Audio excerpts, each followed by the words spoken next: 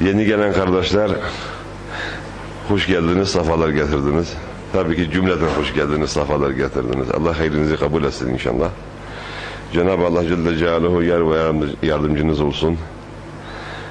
Yar ve yardımcımız olsun. Müslümanların yar ve yardımcısı olsun. Tabii ki Cenab-ı Allah Celle Celaluhu nasip etti. 2-3 günlük bir program nedeniyle bir araya geldik. Ziyaretleştik elhamdülillah. Tabii dünyanın hali budur. Dostlar bir araya gelir, ondan sonra ayrılırlar. Darul Firak'tır. Dünyanın isminden birisi de Darul Firak'tır. Ayrılık yeridir, ayrılık mekanı. Dünyanın hali budur. Onun için hoş göreceğiz her halini. Müslüman olarak kendimiz için hayır kabul edeceğiz, hayır edeceğiz. Dostlar bir araya geliyor. Allah rızası için Müslümanlar seviniyorlar, inşallah sevap kazanıyorlar. Ayrıldıkları zaman yine tabi ayrılık zordur, hoş değildir, yine insan üzülüyor Allah rızası için. İnşallah o da sevaptır. Önemli olan ahiret hayatında Cenab-ı Allah Celle Celaluhu'nun rahmeti, lütfu, keremi altında cennete bir araya gelmek.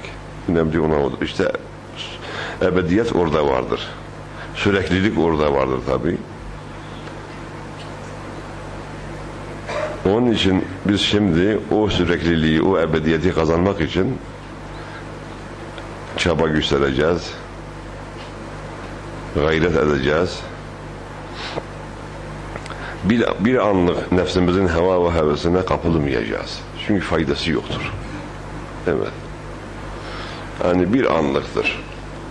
Hani insan düşündüğü zaman ahiret hayatına nazaran dünya 50 sene, 60 sene, 70 sene neyse Cenab-ı Allah Celle Celaluhu ne kadar ömür verdiyse hakikaten bir andır. Bir an bile değildir. Çünkü geçen geçiyor, bitiyor. Eğer hayırlı bir iş yaptıysak o bizim için kar kalmıştır. Yok boş geçirmediysek yazık etmişizdir kendimize.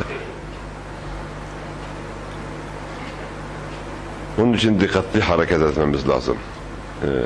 Uyanık olmamız lazım. Evet. Nefsimize karşı, şeytanın hilelerine karşı, dünyanın cazibesine karşı kendimizi kaptırmayalım. Allah korusun. Kendimizi bir kaptırdık mı belki bir daha nauzubillah kendimizi onun pençesinden kurtarma şansına sahip olmayabiliriz. Cenab-ı Allah Celle Celaluhu muhafaza etsin. Evet. Elbette ki Cenab-ı Allah Celle Celaluhu kullarını muhafaza ediyor. Hiç şüphe yoktur. Önemli olan kulun o muhafazayı istemesidir. Yani o doğrultuda hareket etmesidir. Evet. Yani tedbirlere, çarelere başvurmasıdır kulun. Önemli olan budur. Tabii ki bütün çareleri boş bırakıp hep nefsimizin arzuları doğrultusunda hareket edersek ondan sonra Cenab-ı Allah beni muhafaza etsin demek tabii abestir ve yanlıştır. Bize düşen vazifeleri, görevleri biz yapacağız. Ondan sonra ya Rabbi bizleri muhafaza et lütfunla, kereminle. Evet. Yaptığımız güzel amel varsa ya Rabbi dergâh-ı ilahinde lütfunla kabul et.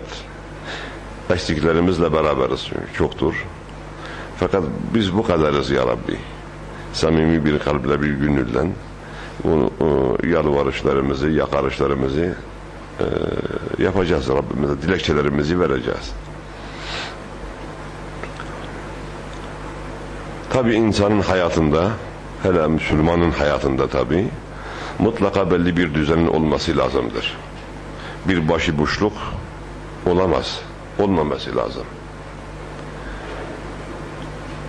Onun için Cenab-ı Allah Celle Celaluhu bir sistem koymuş, bir nizam koymuş, bir intizam koymuş ki dünyamız da rahat olsun. Birbirimizin şerrinden emin olalım diye. Birbirimize zarar vermeyelim. Evet. birbirimize kötülük yapmayalım diye bir sistem, bir nizam koymuştur. Bize düşen vazife o sisteme, o nizama uymaktır. O sistem içinde hayatımızı sürdürmeye çalışmaktır. Tabi bu sistem içinde bazı adablar vardır, edebler vardır. Onlara mutlaka rahat etmemiz lazımdır. Ki Müslümana yakışan odur. Dolayısıyla tabi adab ve edeb büyük bir yer işgal ediyor. Teşkil ediyor tabi Müslümanın hayatında. Yani çünkü Müslüman herhangi birisi değildir. Cenab-ı Allah Celle Celaluhu'nun dostluğunu kazanmaya çalışandır. Cenab-ı Allah Celle Celaluhu'nun dostudur. Evet. Resulullah Aleyhisselatü Vesselam'ın dostudur. Resulullah'ı sevendir. Onun yolunda olandır. Evet. Onun sünnetine sarılmaya çalışandır en azından. Onun için Müslüman herhangi birisi değil. Herhangi birisi gözüyle kendine bakmamalıdır. Evet. Müslüman olmayan bir insan bir şey yaparsa belki insanlar yadırgamazlar. Fakat bir Müslüman aynı şeyi yaparsa yadırganır. Çünkü yakışmaz o yanlış Müslümana.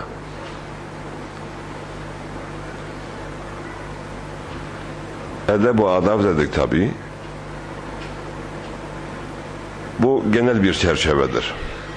Bütün bir hayatımızı kapsayan bir meseledir. Bütün zamanımızı kapsayan bir durumdur.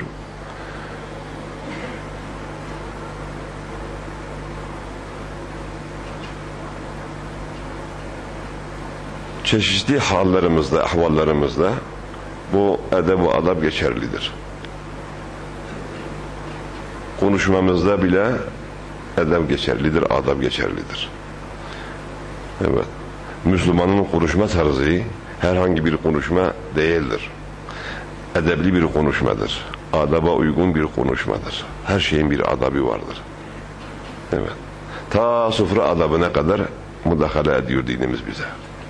Böyle yiyecekseniz daha iyidir, daha uygundur, daha yakışır. En basit, en rahat, en kolay şey bile bir adab, bir edeb koymuş oraya İslamiyet. Evet. Dostlarımızla muamelatımızda, sosyal ilişkilerimizde edeb ve adab temeli üzerinde olmalıdır. Evet. Konuştuğumuz zaman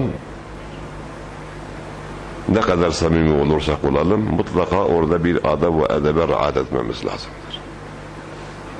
Evet. Hani sokak dili diyorlar ya, yakışmıyor Müslümana. Evet, şuurlu Müslümana yakışmıyor o sokak dili. Kaba kelimeler yakışmıyor. Bazen insan halidir tabi, inciniyoruz. Derdimizi ifade etmeye çalışıyoruz tabi, o bizi inciyen. Evet.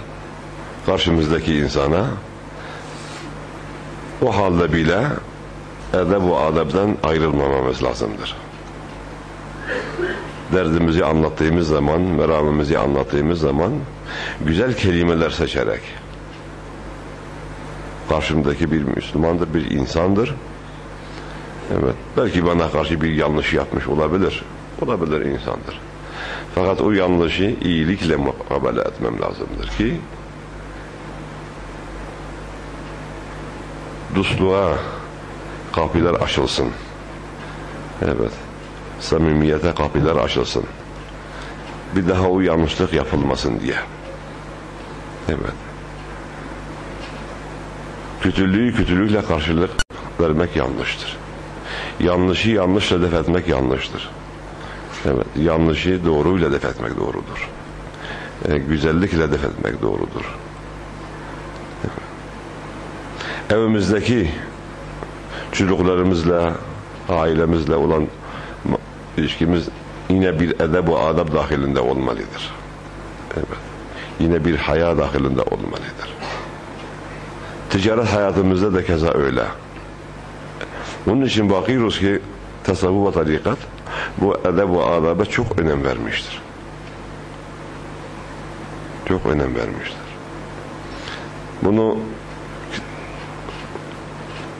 bu büyük zatların, mutasavvıfların kitaplarına baktığımız zaman, hayatlarına baktığımız zaman en açık bir şekilde görüyoruz. Evet. Başta Peygamber Efendimiz Aleyhisselatü Vesselam olmak üzere onun hayatına, mübarek hayatına, o güzel hayatına baktığımız zaman bütün hayatı adab ve edeb üzerindeydi. En güzel bir şekilde. Evet. Sahabilerle olan münasebetlerinde ne güzel bir adab ve edeb üzerine o münasebeti sürdürüyordu. Komşuları arasında olan münasebetlerde, gayrimüslim olan komşuları bile arasındaki o münasebet ne güzel bir edeb ve adab. Örnek timsali olarak tabi. İşte biz Müslüman olarak, onun ümmeti olarak bu onun hayatından güzel dersler almamız lazımdır. İbretler almamız lazımdır. Evet. Hele bir tarikat ehli olan insanlar biraz daha şuurludur ki tarikata bağlanmıştır, bir ihtiyaç hissetmiştir, bir adım daha ileri gitmiştir o insan. Evet. O daha fazla dikkat etmelidir. Haline, hareketine, tavrına, konuşmasına, muamelatına, alışverişine daha fazla dikkat etmelidir. Daima iyi, güzeli tercih etmelidir. Evet. İnsanız, hatamız mutlaka olur. Hemen pişman olup tevbe ve istiğfar etmeliyiz. Rücu etmeliyiz. Evet. Tabi bunu yaparken Cenab-ı Allah Celle Celaluhu'nun rızasını düşünerek yapmalıyız. Hani insanlar bu çok edeblidir, çok adab üzerinde hareket ediyor ve ondan sonra hal ve hareketi çok güzeldir, şu mükemmel bir insandır diye değil.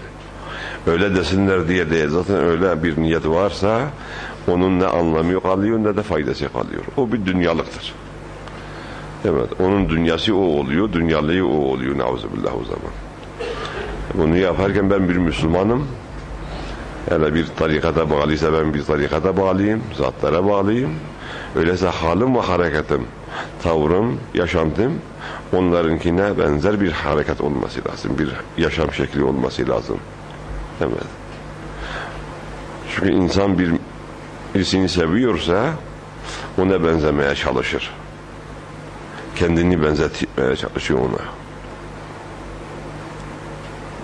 Onun için Peygamber Efendimiz Aleyhissalatu Vesselam hadis-i şeriflerinde ferman buyurmuşlardır. Men teşebbehe bi kavmin fehuve minhum. Kim severek, beğenerek, evet, inanarak kendini bir kavme, bir millete benzetmeye çalışıyorsa o da onlardandır. Bu çok önemlidir bu nokta tabi. Kim Müslümanlığı severek, Müslümanlığa inanarak, Müslümanların o güzel hal, o güzel insanların, o muttakilerin halini tabi özenerek, severek, inanarak onlara benzemeye çalışırsa ahlakında, davranışında, yaşantısında, bu da onlardan olur inşallah. Evet. O topluluk işine girmiş olur. Allah muhafaza. Kim İslam milletinin dışındaki olan inancıların, onların yaşantılarına, ahvallarına, ahlaklarına beğenerek, inanarak onlara kendini benzetirse o da onlardan olur. Allah korusun. Cenab-ı Allah muhafaza etsin. Onun için biz daima iyi olan insanların hal ve ahvalını kendimize örnek alarak onlara benzemeye çalışma gayreti içinde olmamız lazım. Onun için mesela bir tarikata girme ihtiyacını duyuyoruz. Ki biraz daha yakın olalım, biraz daha onlara benzemeye çalışalım ki onlarla beraber olalım. Evet. Onlardan olmasak dahi onlarla beraber olanlardan olalım işimize. Evet. Onların rehberliğinde, evet, onların kontrolünde yoluma devam edelim. Onun için ki bu bir ihtiyaçtır. O ihtiyacı hissediyor insan, duyuyor ve ne yapıyor? O ihtiyacını temin etmek için bağlanmaya çalışıyor. Bağlanıyor tabii. Tabii bağlandıktan sonra mutlaka o bağlılığın getirdiği bazı usuller vardır, bazı kaideler vardır, bazı kurallar vardır, bazı adablar vardır, bazı edepler vardır. Mutlaka onları uygulamaya çalışalım. Ki gerçekçi olsun. Evet. Lafta kalmasın. Bir iş eğer lafta kalıyorsa anlamı yoktur. Kıymeti de yoktur. Faydası da yoktur. İşte lafta kalmaması için ne yapmamız lazım?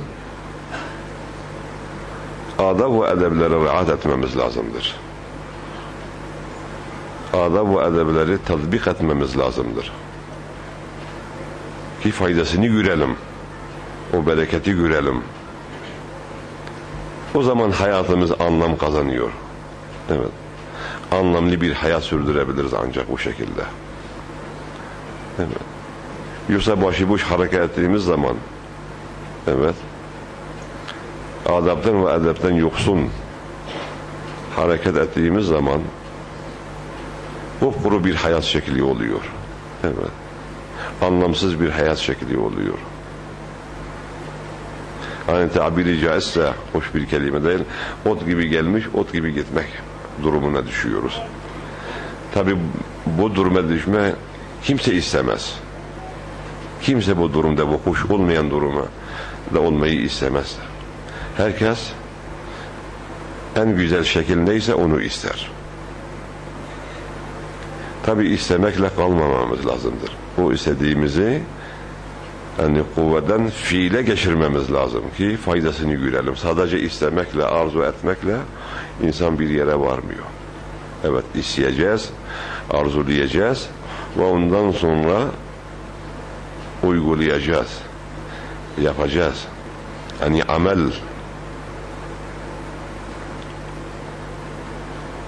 O çok önemlidir.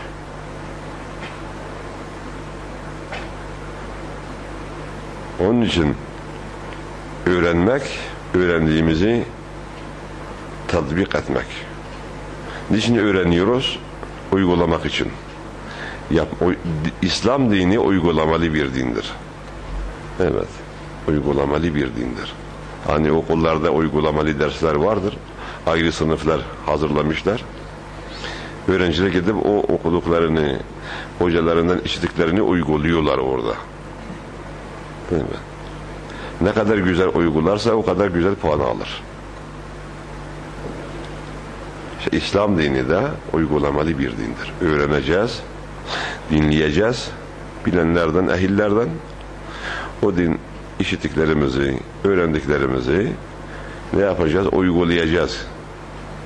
Ama en güzel şekilde uygulamaya gayret göstereceğiz ki puanlarımız yüksek olsun. Evet. Yani takdirname aladım, teşekkürname aladım. Kimden? Rabbimizden tabi. Rabbimiz bizden hoşnut olsun diye, daha da hoşnut olsun, daha çok hoşnut olsun. Bu arzuyla yola çıkmamız lazım. Bu düşünceyle yola çıkmamız lazım.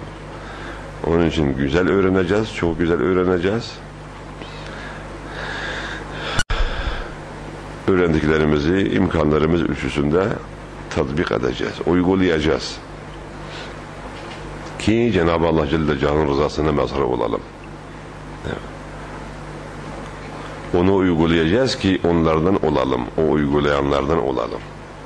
Çünkü uygulamakla onlara benzemeye çalışacağız. Evet. Tabi sadece kıyafetimizle değil, kıyafetimizle de onlara imkanlar ölçüsünde tabi benzemeye çalışalım. Şartların el verdiği nispette tabi. Konuşmamızla, oturup kalkmamızla, davranışlarımızla, hal ve hareketimizle, taat ve ibadetimizle onlara benzemeye çalışalım. Evet. Ki onlardan olalım. Men teşebbehe bi kavmin feha minhum. Hadis-i şerifin kapsamına, anlamına, o fahvasına girebilelim. Gaye bu olmalıdır. Onun için her şeyin kendine göre usulü vardır, kaidesi vardır. Evet. İslam dininde tabi usulü, kaideleri vardır. Evet. Tarikatın da tabi o İslamiyet'in alan o usul ve kaideleri inceden inceye, evet, elemişler ve onu önümüze güzel bir sufra olarak sunmuşlardır. Evet. Eğer bir tarikat ehli olmak istiyorsak, bir zata mensup olmak istiyorsak, biz de o güzel topluluktan bir fert olmak istiyorsak mutlaka o güzel kaidelere, o güzel adablara, o güzel edeplere riayet etmemiz lazım. Etmek zorundayız. Olmazsa olmazdır. Evet. Ben bir tarikata bağlandım. Gittim tevbe ettim bir zattan. Ondan sonra yine eskisi gibi kendi hasabıma bakacağım. Bu olmaz. Evet. Çünkü irtibat kopukluğu olur o zaman. Evet. Eğer irtibat kopukluğu olursa sen bir şey alamazsın oradan. Alamazsın. Sathi bir şey olur.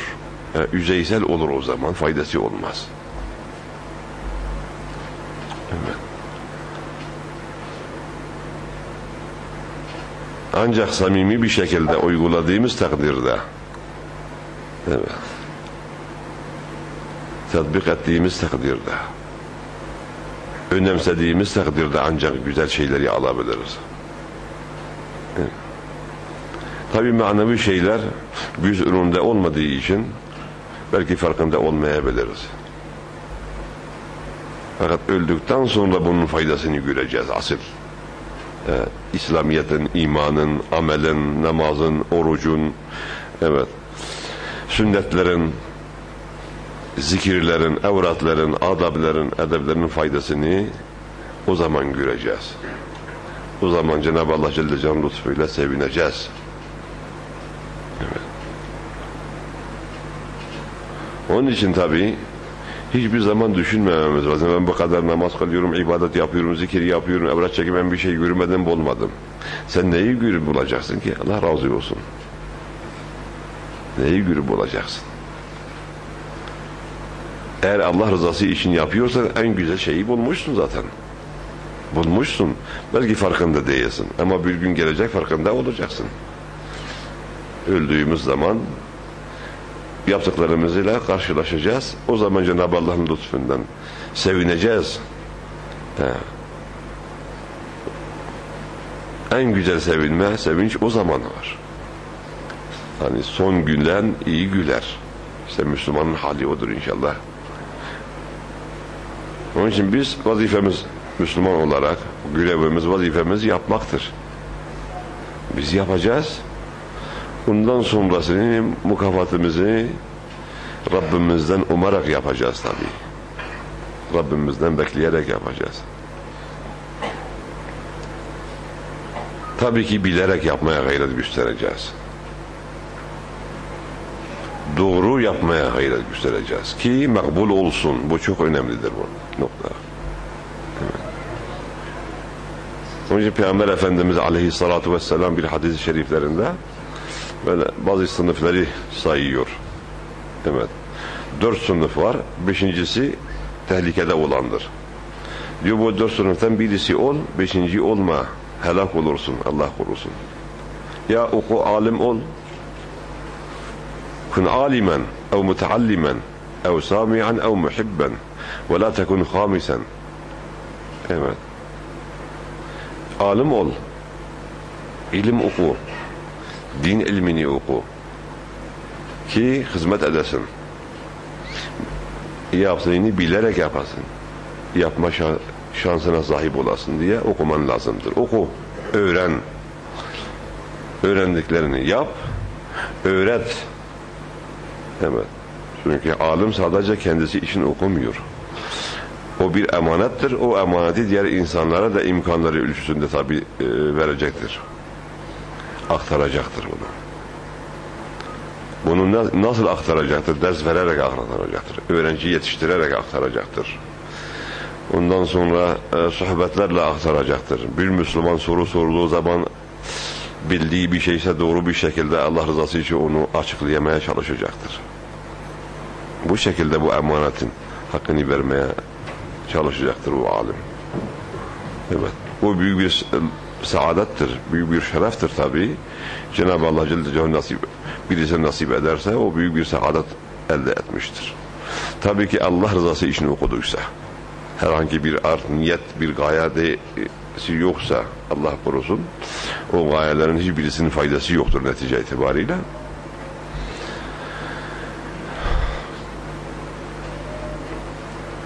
O bir yıldız gibidir, o alim. Bir yıldızdır. Diğer Müslümanlar onunla yolunu bulacaklar. O alimlerle, o amil olan alimler tabi, ilmiyle amel eden. Alim kimdir? İlmiyle amel olandır. Evet. Gerçek anlamda alim odur. Eğer okuyup da kendisi amel etmiyorsa o sadece okumuş sayılır. Evet. Okumak ayrı, alim olmak ayrıdır. Evet. İşte o ilmiyle amil olan, evet, o ilmin getirdiği o sorumluluğu bilen ve o bilinç içinde hareket eden, evet, o şerefi muhafaza etmeye çalışan zatlar, Allah onlardan razı olsun. Bizleri de onların şefaatlerine ayırasın inşallah. İşte onlar yıldızlar gibidirler. Onlar sahabelerin yolunda giden yıldızlardır. Evet. Nasıl ki Peygamber Efendimiz Aleyhisselatü Vesselam ferman buyurmuşlardır. Ashabiken nücum beyyih mektedeytum ihtedeytum. Benim sahabilerim yıldızlar gibidirler. Hangisine tabi olursa hidayeti bulursunuz. İşte bu şimdi sahabiler yok fakat alimler var. O yolda yürüyen, evet, alimler vardır. O yıldızlı görevini onlar üstlenmişlerdir. Onun için önce birinci derecede kun alimen demiş Peygamber Efendimiz Aleyhisselatü Vesselam. Birinci sıraya almış. Öncelik hakkı ona vermiştir. Olur, insan halidir, nasiptir. Alim olmadın, okuyamadın, zamanın olmadı, şartlar müsait olmadı, okuyamadın.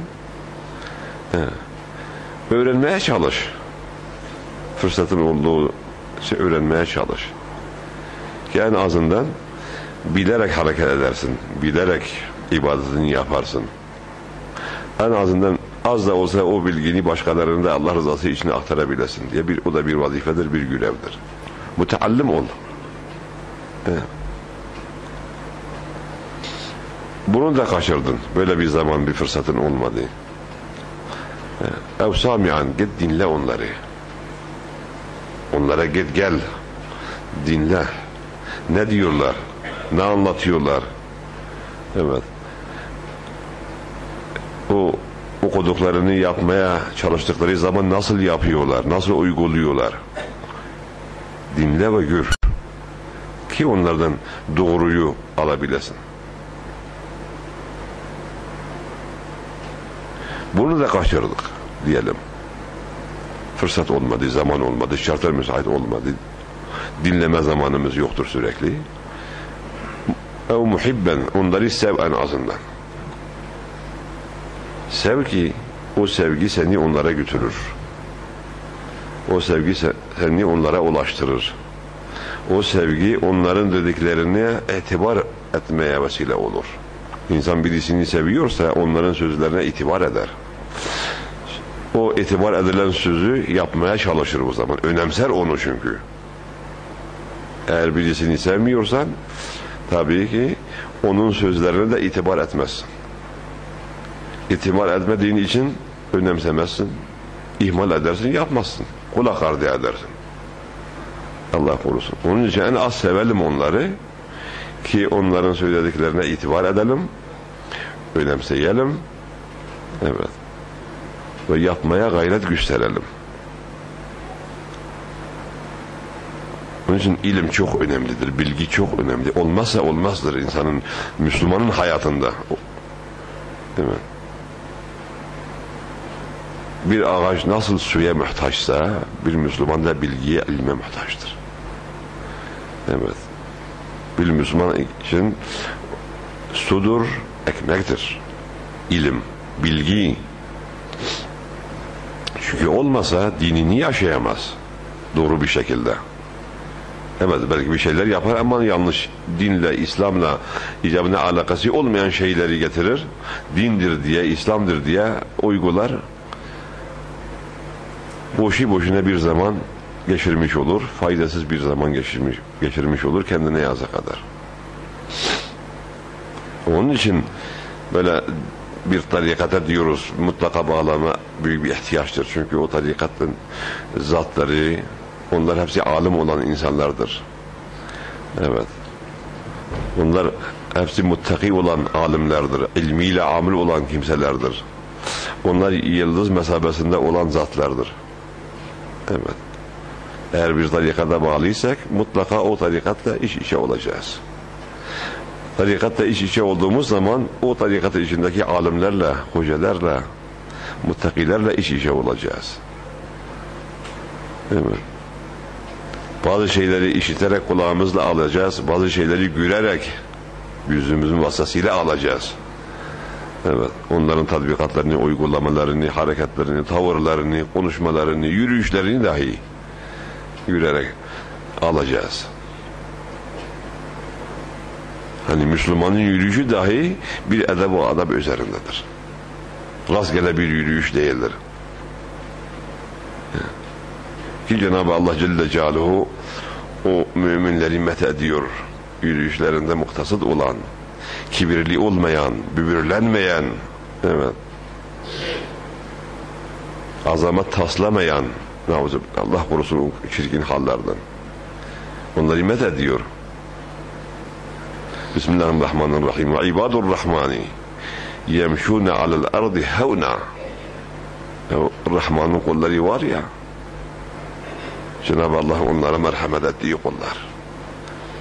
Burada Cenab-ı Allah Celle Celaluhu Rahman kelimesini kullanıyor. Bu büyük bir lütuftur. Evet, bizim için büyük bir lütuftur. Merhamet sıfatını burada izhar ediyor Celle Celaluhu. Bir de o kulları kendine nispet ediyor. Rahman'ın kulları. Bu büyük bir şereftir. İşte o kul olmak için, o Rahman'ın kulları olmak için çaba göstermemiz lazım. Evet. Yeryüzünde çok hafif yürürler. Çok güzel yürürler. Büyüklük taslamazlar.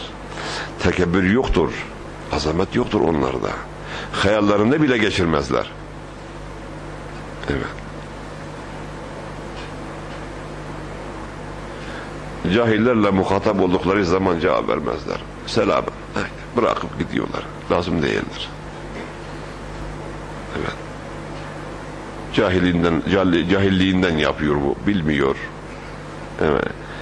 Yaptığının çirkinliğinin farkında değildir. Onun cahilliğine verip hiç muhatap olmuyor. Kendini o seviyeye koymuyor. Evet. Allah için sırtını dönüp gidiyor tabii. Bak, asalet budur işte. Evet. Özellik budur. Ayrıcalık budur işte. İşte Müslümanın hali bu. Olmalıdır. Müslüman bu güzellik içinde olmalıdır. Evet. Öyle olalım ki o ibadurrahmani ayet-i kerimenin fahvasının içine girelim biz de. O ibadlardan bir fert olmak için çaba gösterelim. İşte bu da bir adab ve edeptir. Onun için tarikat adab ve edebe çok önem veriyor. Yani adab ve edep olmadan insan bir yere varmıyor. Men la edebe leh, la emane leh. Men la emane leh, la imane leh. Yani kamil bir iman tabii orada maksuttur. Edebi olmayan güveni yoktur, emniyeti yoktur.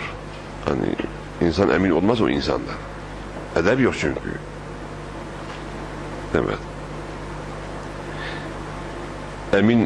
Emniyeti olmayan, emin olmayan kimse imani kamil değildir. Kamil bir imana sahip olamaz. Bunlar birbirleriyle bağlantılı şeylerdir. Evet. Birisi olmasa diğeri de olmuyor. Öyleyse edeb olması lazım ki emin olmasın. Emanetin olması için edebe ihtiyaç var. Evet. Kamil bir mümin olabilmemiz için emane ihtiyaç vardır. emin bir insan olmamız lazım, dürüst bir insan olmamız lazım, sağlam bir insan olmamız lazımdır. Hıyanetten uzak olmamız lazım. Kalbimizden, hayalimizden atmamız lazım o çirkin hareketleri, o hıyaneti, hainliği. Yani dönüp dolaşıyor, hepsi edeb o adab temeli üzerine duruyor. Mesela biz buna önem verelim, buna dikkat edelim. Evet. Hayatımızı buna göre dizayn etmemiz lazımdır.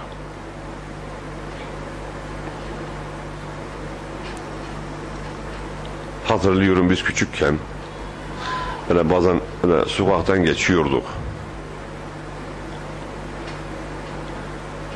Tabii evlerin önünden geçiyorsun. Avludan hanımların sesi geliyor. Hanımlar böyle geçenlerin sesini işitince hemen seslerini kısıyorlardı. Yabancılar geçiyor, erkekler geçiyor. Sesimiz gitmesin oraya. Edep işte. Bu tabii dinden gelen, İslamiyet'ten gelen bir edeptir. Bir haya. Utanıyorlardı ki sesleri yabancı bir erkeğin kulağına girsin. Sokaktan yine yürüdüğümüz zaman karşıdan çerçeveli kadın hanımlar geliyorlardı. Yani kaçacak bir delik arıyorlardı. Erkekler geçene kadar. Hemen bir kapı varsa o kapıya sığınıyorlardı. Bir kuytu yer varsa. Bir şey yoksa da sırtını dönüp oturuyorlardı orada. Erkekler geçene kadar. Ne asil bir harekettir. Ne güzel bir harekettir. Ne güzel bir edeptir. Ne güzel bir adaptır. Bunlar nereden geliyor? Dinden geliyor, İslamiyet'ten geliyor. Allah sevgisinden geliyor. Resulullah Aleyhisselatü Vesselam'ın sevgisinden, muhabbetinden geliyordu. Belki bunu böyle bu hareketi yapan kendisi okumamış. Belki Kur'an-ı Kerim'i de bile okumamış. Ama görmüş. Evet. Ehlinden görmüş bunu. İşitmiş. Evet. Yaşamış. Onun için bir hayatının bir parçası olmuştur.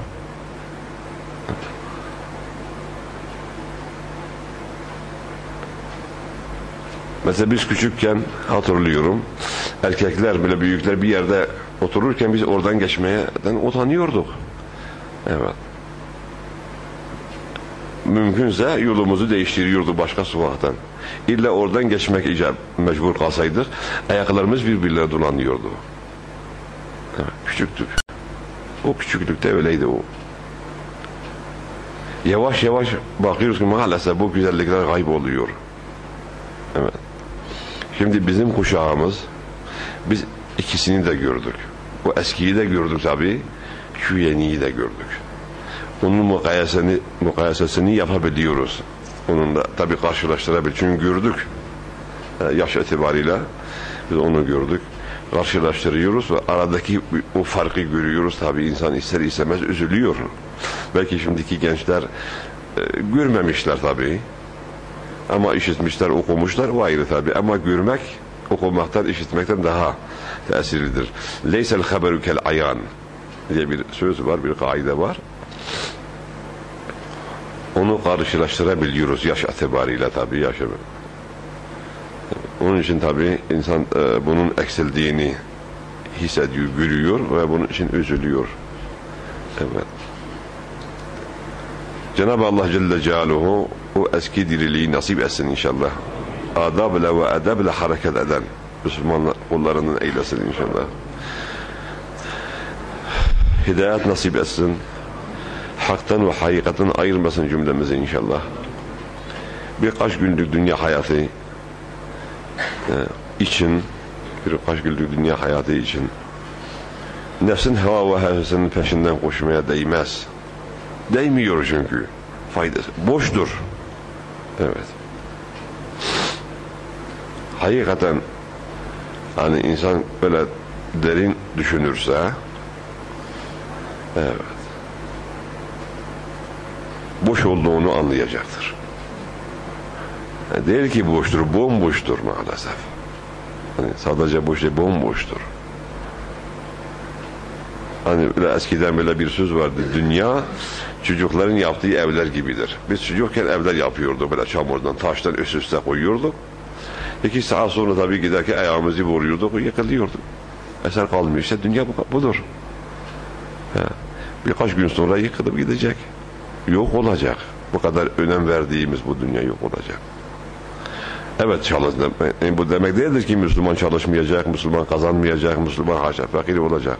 Müslüman herkesten daha fazla gayretli olacak. Daha fazla çalışacak, kazanacak elbette ki. Ama Cenab-ı Allah Celle Celaluhu'nun emrettiği bir şekilde çalışacak. Cenab-ı Allah Celle Celaluhu'nun razı olduğu bir şekilde çalışacak. Razı olduğu bir şekilde kazanacak. Razı olduğu, hoşnut olduğu bir şekilde harcayacak. Müslümanın hali budur. Hani ben çalışacağım, zengin olacağım, hazinelerimi dolduracağım diye değil. Başkalarının üstüne çıkacağım diye değil bu. Yanlış bir düşüncedir. Faydasız bir düşüncedir. Ben çalışacağım, kazanacağım ki dinime hizmet edebileyim. Müslümanlara faydalı olabileyim. Evet. Müslümanlara hizmetkar olayım diye o düşünceyle, o arzuyla, o heyecanla çalışacak. Tabi bu arada ibadetini de ihmal etmeyecek. Evet. Eğer ibadetine mani oluyorsa o dünya, onun için bir azaptır. Taatına mani oluyorsa, namazına mani oluyorsa, neuzubillah, onun için bir şanssızlıktır. Onun için bir kazanç değil, onun belki bir hüsrandır, bir ziyandır. Neuzubillah. Onun için Peygamber Efendimiz Aleyhisselatü Vesselam bir hadis-i şeriflerinde ferman buyurmuşlardır. Ni'mel malu salihu lirraculis salih. Ne güzeldir ki güzel bir mal, halal olan, tertemiz olan bir mal, salih insanın, dindar insanın elinde olması ne güzel bir şeydir. Çünkü onu Cenab-ı Allah Celle Celaluhu'nun rızası doğrultusunda harcayacak. Öyle kazanacak, öyle harcayacak. Fakat salih olmayan, neuzubillah, insanın elinde olursa icabında İslamiyet'in aleyhinde harcayacak. Müslümanların aleyhinde harcayacak. İnsanlığın zararında harcayacak. Evet, Allah korusun. İnsanlık da zarar görür, Müslümanlar da zarar görürler ondan. Fakat salih insanın elinde olursa, Allah'tan korkanın elinde olursa, en azından o maldan gelecek zararı bertaraf etmiş olur. Hani zarar vermemek faydanın yarısıdır. Def'ul medarrat mukaddemun ala cebil menafi' diye bir kaide var usulü. En azından o maldan, o servetten, o varlıktan gelecek zararı bertaraf ediyor. Hiç olmazsa Müslümanlara zarar vermiyor o malıyla. İslamiyet'e zarar vermiyor Allah'tan korktuğu için. Daha ötesi faydalı oluyor. Çünkü bunu bir ahiret kazancı olarak düşünüyor. Ben bununla ahiretimi kazanacağım. Bu bir araçtır. Amaç değildir. Cenab-ı Allah Celle Celaluhu bu vasıtayı, bu aracı bana nasip etmiştir ki bu araca binip amacıma, yani Cenab-ı Allah'ın rızasına doğru gideyim, ulaşayım. Onun için Peygamber Efendimiz Aleyhisselatü Vesselam matiyeye benzetiyor dünyayı. Ni'mel matiyye. Eğer salih bir mal olursa, salih insanın elinde olursa ne güzel bir binektir, bir araçtır. Evet. O araçta Cenab-ı Allah Celle Celaluhu'nun rızasını doğrultusunda hareket edecek ve o rızaya doğru yürüyecektir. Amaca ulaşacaktır. Öyle olduğu zaman o dünya ahiret olur onun için. Dünya hükmünden çıkar, onun için ahiret olur. Cenab-ı Allah Celle Celaluhu öyle bir düşünceyi, öyle bir gayreti, öyle bir samimiyeti cümlemize nasip etsin ki dünyası ahireti olsun. Evet, dünya onun için ahiret olsun. Ahirete dönüşsün, dünyalıktan çıksın. Evet. Onu Cenab-ı Allah Celle Celaluhu'nun rızasına ulaştırsın. Ulaştıracak bir dünyayı nasip etsin. Eğer öyle olmazsa Cenab-ı Allah nasip etmez. Ki sonunda belasına gireceğiz. Ben ne yaptım kendime? Ne büyük bir belaydı, başıma bela sardım. Cenab-ı Allah Celle Celaluhu dedirtmesin bize onu. Çünkü biz kul olarak zayıfız. Her şeyimizi Rabbimizden isteyeceğiz. Affımızı isteyeceğiz, sağlığımızı isteyeceğiz, geçimimizi isteyeceğiz. Çünkü sahibimiz odur. Başka bir sahibi yok ki. Tek bir sahibimiz var, o da Cenab-ı Allah'tır. Dolayısıyla dünyamızı da ondan isteyeceğiz, ahiretimizi de ondan isteyeceğiz. Dünyayı istediğimiz zaman halal bir dünyayı isteyeceğiz, onun rızasına vesile olacak olan dünyayı isteyeceğiz. Eğer gazabına götürecekse ya Rabbi nasip etme diyeceğiz. Fakirlikse 1000 kere olsun, yeter ki sen benden razı ol. Evet. Fakiri de ölür, zengini de ölür. Neticede belki onun kefeni birkaç kuruş daha fazla kıymetli olur ama o da çürür gider, onunki de çürür gider. Evet. Fakirlik de dünyada kalır, zenginlik de dünyada kalır. Dünya ile sınırlı olan şeylerdir. Dolayısıyla geçici olan şeylerdir. Eğer o servet, o varlık onu Cenab-ı Allah'ın gazabına götürüyorsa o bir servet değildir, nauzubillah. O bir felakettir, o bir helaktır, o bir bedbahtlıktır, nauzubillah. Onun için istediğimiz zaman hayırlısını istememiz lazım. Ya Rabbi hayırlısını nasip et. Eğer hayır varsa içinde sana nasip et. Hayır yoksa ya Rabbi nasip etme. Hayırlısını neden getir ya Rabbi. Neyi istersek böyle yapalım. Düşünmemiz lazımdır. Bu şekilde düşünmemiz lazımdır. Cenab-ı Allah Celle Celaluhu lütfuyla, keremiyle daima hayırlısını bize nasip etsin. Evet, dünyanın hayırlısını nasip etsin inşallah. Evet, rızasını nasip etsin. Ahiretteki saadeti nasip etsin. Ahiretteki mutluluğu nasip etsin. O ahiretteki sevinmeyi nasip etsin cümlemize inşallah. Bizlere de, sizlere de, bütün Müslümanlara inşallah. Cenab-ı Allah Celle Celaluhu dünyada da bizi muhafaza etsin. Kötülerden ve kötülüklerden muhafaza etsin. Şeytanın şerrinden, fitnesinden, hilelerinden, desiselerinden bizleri muhafaza etsin, korusun. Nefsimizin şerrinden, hilelerinden, desiselerinden bizleri muhafaza etsin. Lütfuyla, keremiyle. Çünkü her halükarımızda Rabbimize muhtacız. Dünyamızda ona muhtacız, ahiretimizde ona muhtacız. Sağlığımızda ona muhtacız, hastalığımızda ona muhtacız. Uyanıkken ona muhtacız, uykudayken ona muhtacız. Zenginlikte ona muhtacız, fakirlikte ona muhtacız. Yani her halükarda ona muhtacız. Çünkü her şey onun elindedir. Her şey onundur. Evet. Öyleyse onu hoşnut edelim ki bize merhamet etsin. Evet. Onu hoşnut edelim ki bize merhamet etsin. Akıllı insanın yapacağı şey budur. Onun için Peygamber Efendimiz Aleyhisselatü Vesselam akıllıyla akılsızı tarif ederken bizim gibi dünya ehlinin tarifi değil. Tabi gerçek olan tarifi yapıyor Peygamber Efendimiz. Akıllı odur, nefsini hasaba çeken, ölümden sonraki hayat için çaba gösterendir, uğraşandır, çalışandır. İşte akıllı odur. Men dâne nefseh ve amile lima ba'del mevti. Evet.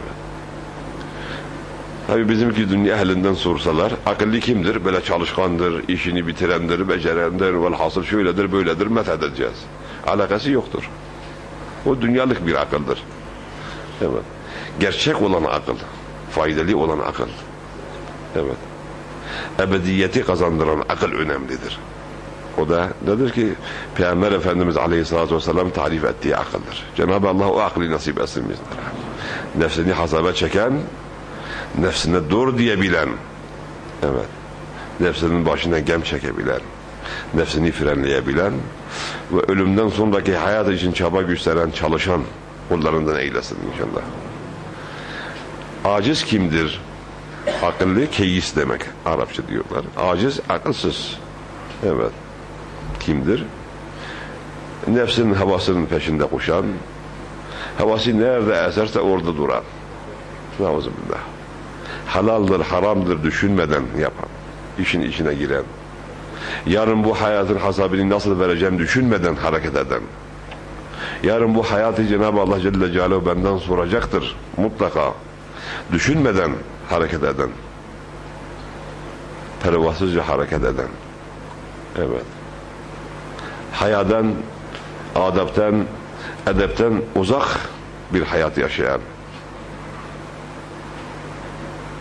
kimsedir işte.